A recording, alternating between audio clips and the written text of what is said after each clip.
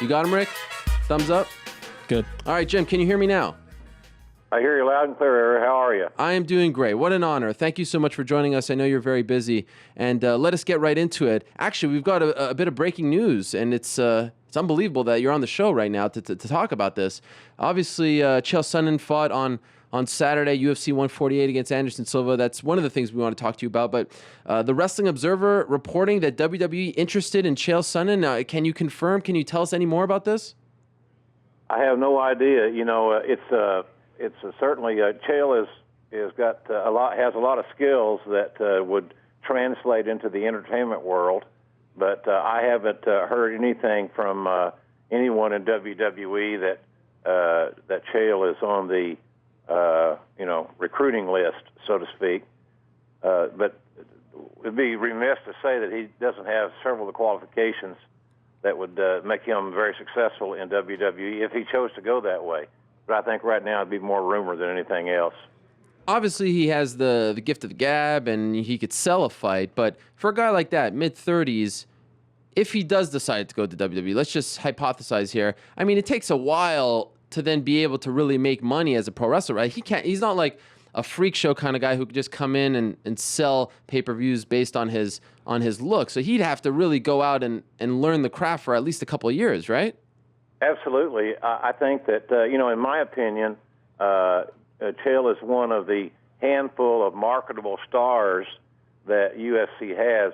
And first of all, I'm a huge UFC and MMA fan. I'm a sports fan, and they have, just burst on the scene as a new, fresh sport, a great approach. So I love what they do. But to think that any MMA competitor can translate back into a entertainment entity like WWE seamlessly would be a fallacy. Yes, Chael can talk, and he knows what to say and when to say it, but the performance that he would need to be able to utilize inside the ring, bell to bell, that's not something that you just walk into. It takes a lot of time and a lot of effort. I've said many times, the only way that an MMA guy can make it into a WWE level, the NFL-like level of sports entertainment, is if they were willing to devote as much time and dedication in preparation for WWE as they were to their MMA career. I don't know if you were hinting at this, but it sounds to me at least, and a lot of people have brought this up who know about pro wrestling and MMA, that what TNA and Bellator are trying to do with King Mo isn't going to work out. Do you agree? Well, Mo's got a great amateur background, and we talked to Mo years ago about coming to our developmental program. At the time, he had the Olympics on his mind. But for anyone to think that, it's easy, pro wrestling is showbiz, and it is. WWE is at the top of the food chain, and it is by far. Just to walk in because you're a good athlete or a great athlete, and you've got some showmanship abilities and tendencies to go in and be able to perform at the level that the fans demand is no layup. So I don't know how the Bellator Mo thing is going to work out for Mo's sake. I hope it does well, but it's not going to be easy. Is Chael Sonnen, in your opinion, the closest thing we have in the UFC to a pro wrestler? Well, I think if you look at the verbal abilities that he has, I would probably say yes. Chael knows how to sell. Chael did a phenomenal job in selling this last pay-per-view on Saturday. He carried the load on promoting with marketable, scintillating, provocative sound bites. So just from a verbal standpoint, I would say that he is at the head of the pack. Obviously, not everyone has to really amplify things like Chael does. But are you surprised, as a guy who obviously made a name for himself in the pro wrestling world, and I believe there are so many connections between the two forms of entertainment, and we'll get to that in a second, are you surprised that more MMA guys, because of how closely linked the two sports are, don't look at what a guy like Chael doesn't look at what a guy like, Brock Lesnar did, and try to use that to sell themselves? Because it seems like a lot of guys just don't get it in the UFC. Do you sort of think the same thing when you see these guys? Yes, absolutely. I think that I think more of them will as time moves on because, again, it's about marketing a fight. You can't. The fighters themselves need to sell the fight in an organic, believable way, in a competitive nature. No different than when you hear sound bites from NFL guys talking about an upcoming game on a Sunday. Things that are not over the top and are believable and that can be absorbed in that manner. It's just good. It's good marketing.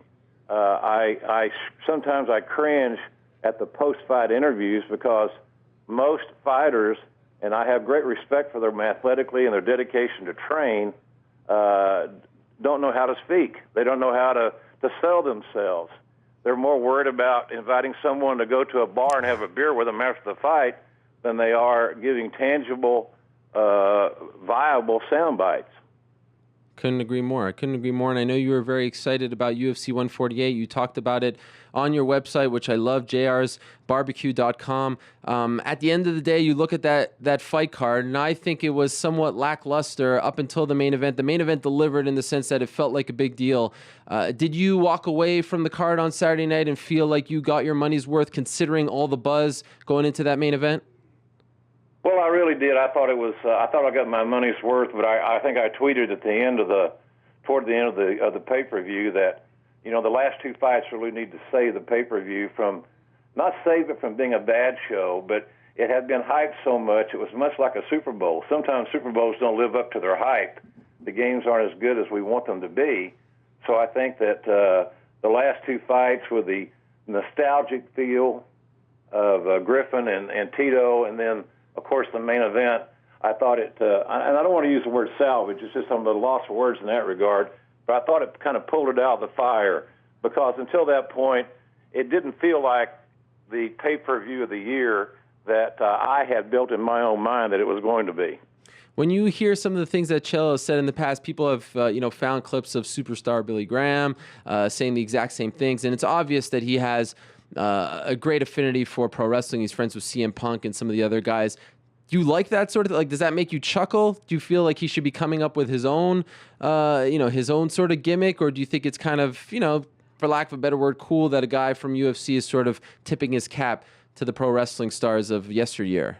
Well, I think what he's doing, he's looking at some of those vintage old wrestling promos and just the tenor, the direction that they've gone in, and he's molded them to today's vernacular.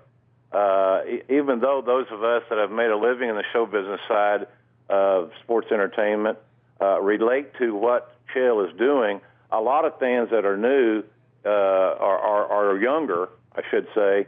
This whole spiel is a little bit new to them. So they are entertaining to me, and they are memorable. And if you watch ESPN, you don't hear a lot of sound bites on the build-up to that fight Saturday from anyone but Chael. Right. So if you're looking at getting exposure from the beloved worldwide leader, Chael Sonnen was the guy that got that done. As a longtime pro wrestling fan myself, as a longtime TV junkie and admirer of your work, I said it earlier, I think you're the best play-by-play man in wrestling history, and I'm not just saying that because you're on, because I said it earlier when you weren't on. I remember reading your blogs on WWE.com and all that. I don't remember you talking about UFC, 5, 6, 7, 8 years ago. It seems in the last couple of years, you've really grown to admire and appreciate the sport in general and UFC in particular. When did that happen? What was the sort of turning point for you there? Well, I go all the way back to the Meyerowitz days when it was, Emmanuel Yarborough and some of these freak show type guys were on pay-per-view just out of curiosity, thinking it was going to be like an Oklahoma bar fight on a payday Saturday night. So I think that when the Fertittas and Dana White got involved in UFC and they made it a sport, I think that's when I really emotionally invested into the brand and into the genre of MMA and UFC. I think they've done a phenomenal job. It's as if, and I know the genre is old. It's very old, and it has a great heritage. But it's as if they've reinvented something, and they've made it relevant. And with their deal with Fox and their success on pay-per-view, they've done a tremendous job. And I see a lot of the same growth and the same hurdles that they're overcoming that the WWE did back in the day when WWE really was the godfather of pay-per-view events. When you look at them though now, and you're very, you admire what they've done, like you just said and whatnot. It still seems, at least to me, and correct me if I'm wrong, that you still think there's a lot of work to be done, particularly from the production side. You've mentioned things like miking the crowd, some of their pre-fight packages, the way they sort of present the pay-per-views. It's become somewhat formulaic. If you were involved, what are the maybe 2 or 3 things that you'd like to see them change to take that next step? Well, again, I am a major fan, and the things that I point out are more of a production standpoint and are personal, and certainly don't speak for WWE or anything along those lines. But as a fan and someone that's been around pay-per-view production and promotion for, since the beginning of it, little things, that the announcers and those that were in attendance, including yourself, were talking about how raucous the crowd was and how loud they were. And you could hear vaguely the chants in the background, even to the point where the announcers were asking each other, what are they saying? Well, that told me that the crowd wasn't mic'd as perhaps it should have been, because in my view, when you've got a live crowd, you want to jack them up to where you can hear them at home, so the viewer and the consumer can experience the live event feel. So in my view, the announcer should have to fight over the crowd to be heard at home. So I think that's one small thing, and that's not a major issue. It's easily remedied. As far as the packages are concerned, I sent out a tweet, got a response back from Mike Goldberg, as a matter of fact, that wow. when they do their history packages, and you've got Mike on play-by-play, and you got Mike on reading these history packages, or the highlight packages, if you will, that should be an independent voice, in my opinion, just my opinion. And I mentioned Michael Clark Duncan because, A, he's a big MMA fan, and he's got great pipes. Right. So it gets you a little separation there from the voice. And it makes Mike Goldberg, which he should be, special, because he is special. And, of course, Joe Rogan is absolutely extraordinary. No secret that the WWE pay-per-view business isn't doing as well as it once did, maybe 8, 9, 10 years ago. Do you think the UFC is to blame for that? Do you think the UFC has taken away some of that audience? Absolutely not. I think that they have obviously there's crossover audience. There are some that like both genres, but they're a whole different entity altogether. I think the big issue of all pay-per-view attractions, whether it be in the entertainment world of WWE or the sports world of UFC, is all about having great attractions, having stars that people want to invest their money and their time and their efforts to see. So I think that a lot of the issues come back to 2 things: amazing attractions, big superstars involved in issues that are personal, where the titles mean more. But the other issue that some people just don't want to talk about, and it's so base, it's so simple, is the economy.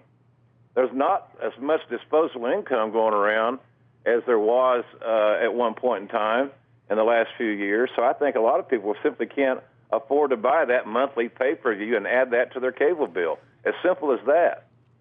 I remember I was a real big WWE fan, like, Attitude Era, all that stuff. And then once they did the brand extension, I just started it didn't feel like a big deal anymore. 2 pay-per-views a month, all that stuff. It just started to feel like it was getting oversaturated. A lot of people, including myself, believe that the UFC is sort of playing with, they're playing with some fire here with all these shows. Most shows in their history, there are talks that they may do more next year than that, 32 or so this year. Do you think there's a lesson to be learned here? Sometimes less is more, especially in the pay-per-view business.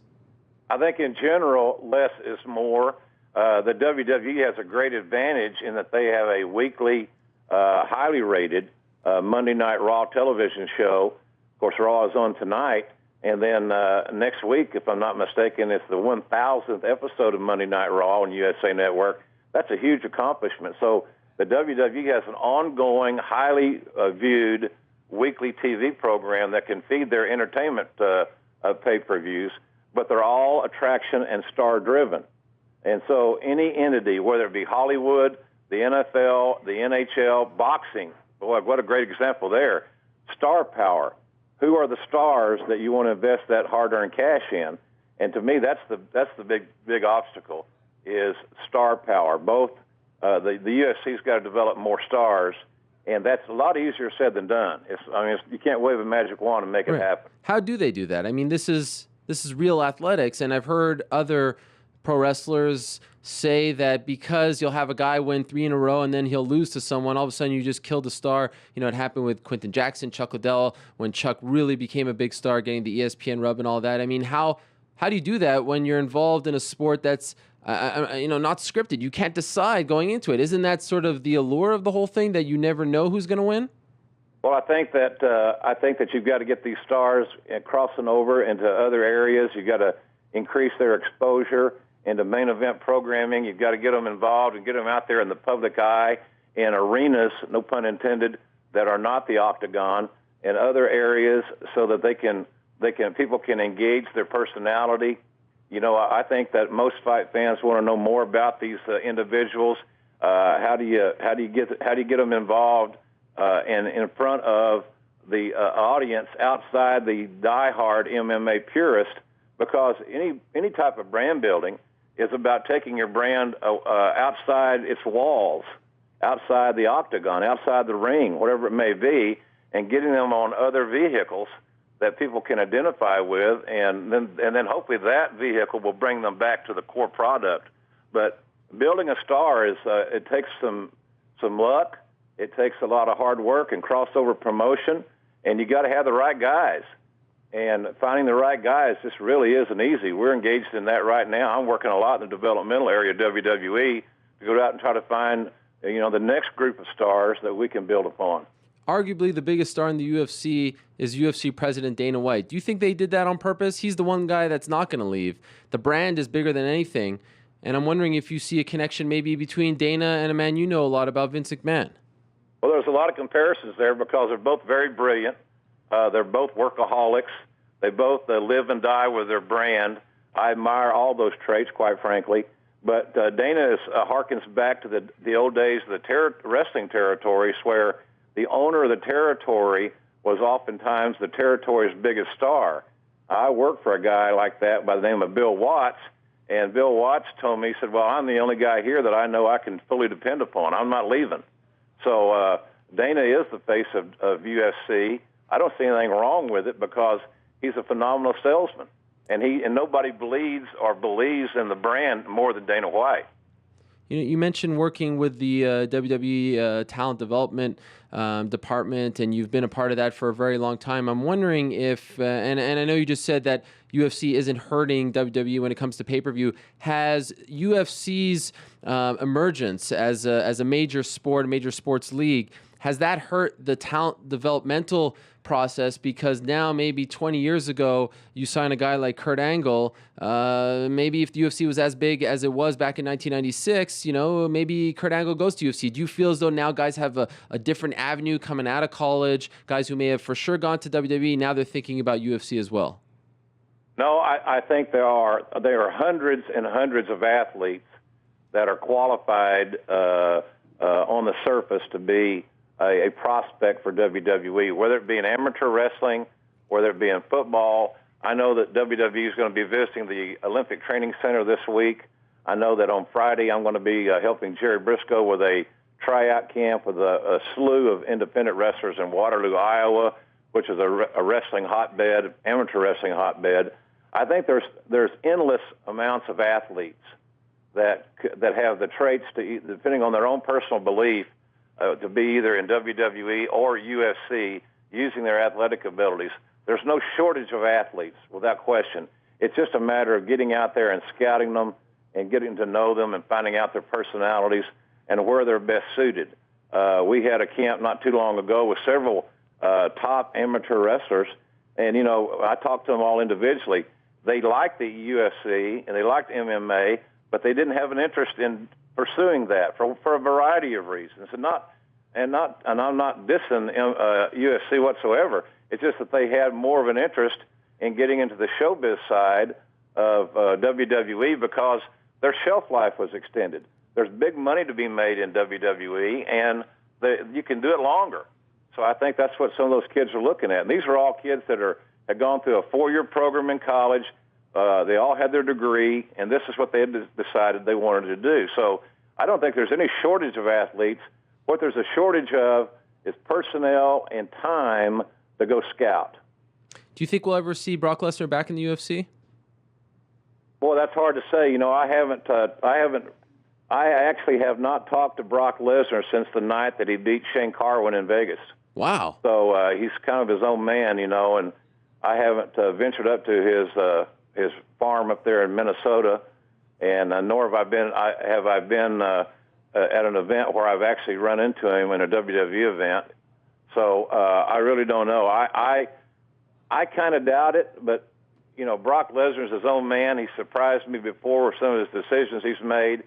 Obviously, we all know, and the people listening know, he's a phenomenal athlete, and he brought something to UFC that was very unique. He was a dyed-in-the-wool villain to most of the UFC fans when he first came in because he had come from the world of quote-unquote pro wrestling, and people paid big money to see him get his butt kicked.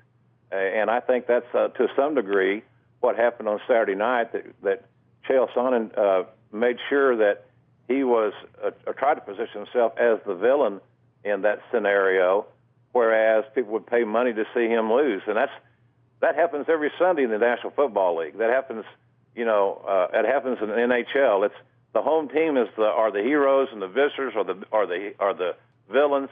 And to me, that's part of our human culture and just our makeup. Just a couple more questions for you, Jim, and we'll let you go. We really appreciate the time. How about you? Obviously, great play-by-play man. You've done other sports as well. Ever have any interest in calling some MMA action? Sometimes I get the itch just because I'm a broadcaster and I enjoy the sport. I could say the same thing about football. But I'm 60 years old. I've been on TV since the 70s, off and on, and made my niche and earned a heck of a good living and from my family and sports entertainment. So I think I'm kind of painted with that brush. Could I adapt and do MMA play-by-play? Without question. The same as I feel I could do it do it in football.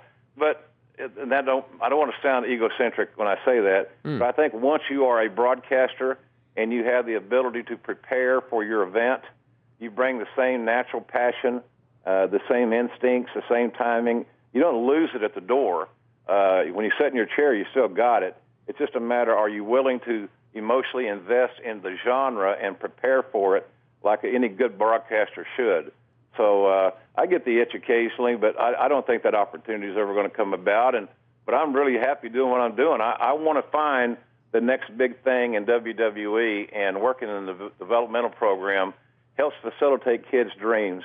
I've got to live mine now. I want to help facilitate others to live theirs. So that's your main job now, because I'm getting a lot of people asking me, why aren't you calling Monday Night Raw and all that stuff? That's what you're doing. You're happy with it because, I sit back and I say this as a fan of pro wrestling. It doesn't make much sense. You talk about people still having it. Sounds to me like you still have it. Why aren't they using the best guy on their roster? Well, I don't know that I'm the best guy on the roster, but I think that I am doing some work on a show called NXT that they're rebranding. It's being distributed internationally. It's getting very good reviews. We're taping again this Thursday in Orlando at Full Sail University. So I'm doing some commentary.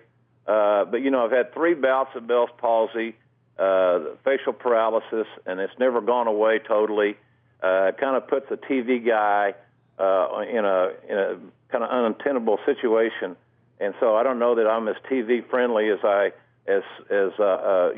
normal TV folks would want. I still have the same passion. I still have the same. I think my timing is okay, and I still love what I do. But I think that ship has sailed. I don't know that I'll ever be back on a mainline a weekly program, but my heart's still there, my passion's still there. And could I do it? Yeah, maybe I'm. But at this point, I kind of do this tongue in cheek. I may be better suited for radio.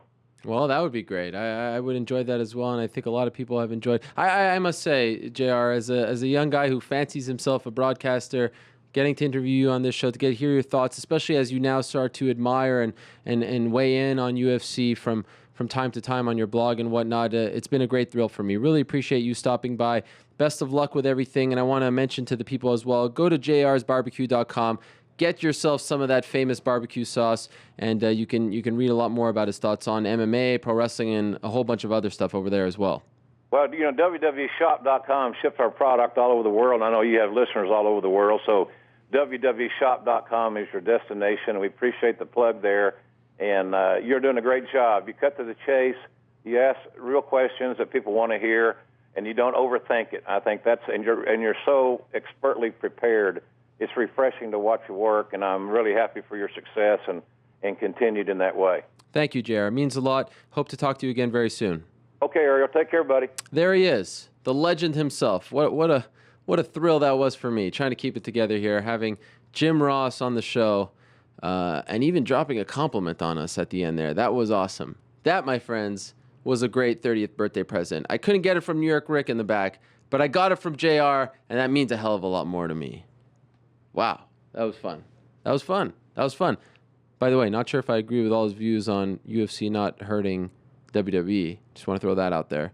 I think they are hurting WWE, and I think most fans who grew up in the Attitude Era, so to speak, have graduated into MMA fans, and in particular UFC fans when it comes to pay-per-view. But hey, JR talks, you listen. JR talks, you listen, my friends.